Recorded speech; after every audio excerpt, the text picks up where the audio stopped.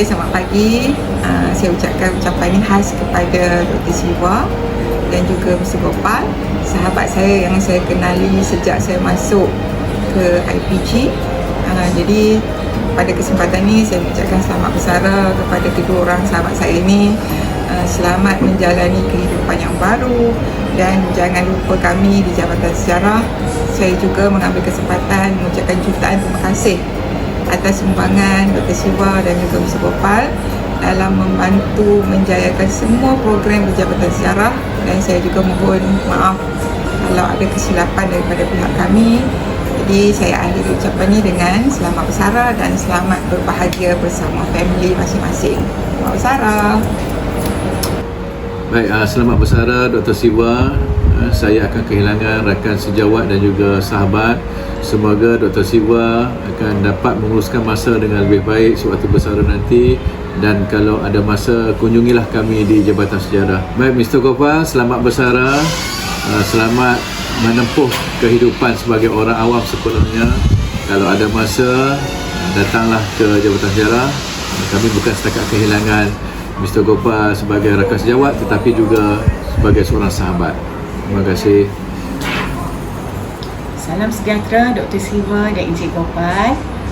Selamat bersara. Semoga bersara anak ini membuka satu lembaran baru, bahagia dan bermakna bersama keluarga tersayang.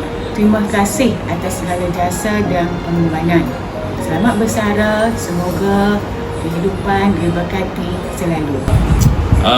Kepada sahabat saya Dr. Siva dan juga Sir Gopal, selamat bersara dan selamat berbahagia, gembira di alam persaraan. All the best. Okay, salam sejahtera untuk Dr. Siva dan juga Mr. Gopal. Saya ingin mengucapkan selamat bersara. Semoga lebih kehidupan selepas ni lebih gembira, ceria, bersama rutin-rutin harian yang baru, dan saya doakan semoga diberi kesihatan yang baik, berpanjangan untuk Siva dan juga Mr. Gopal.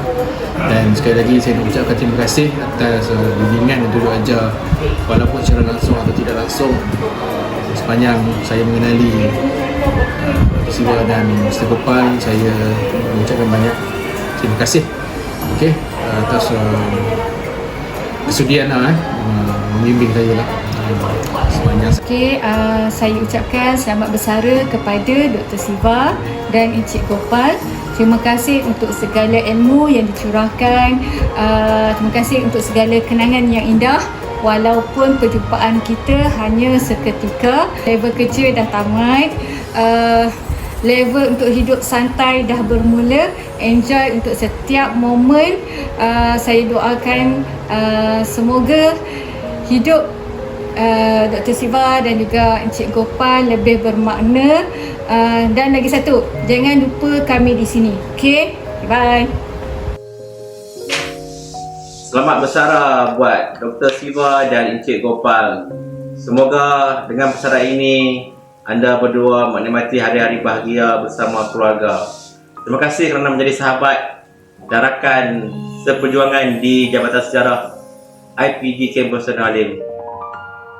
Bye. Salam tinggi, tinggi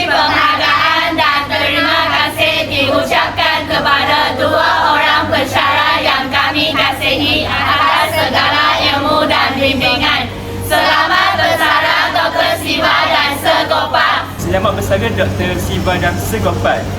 Selamat menikmati hari-hari indah selepas ini.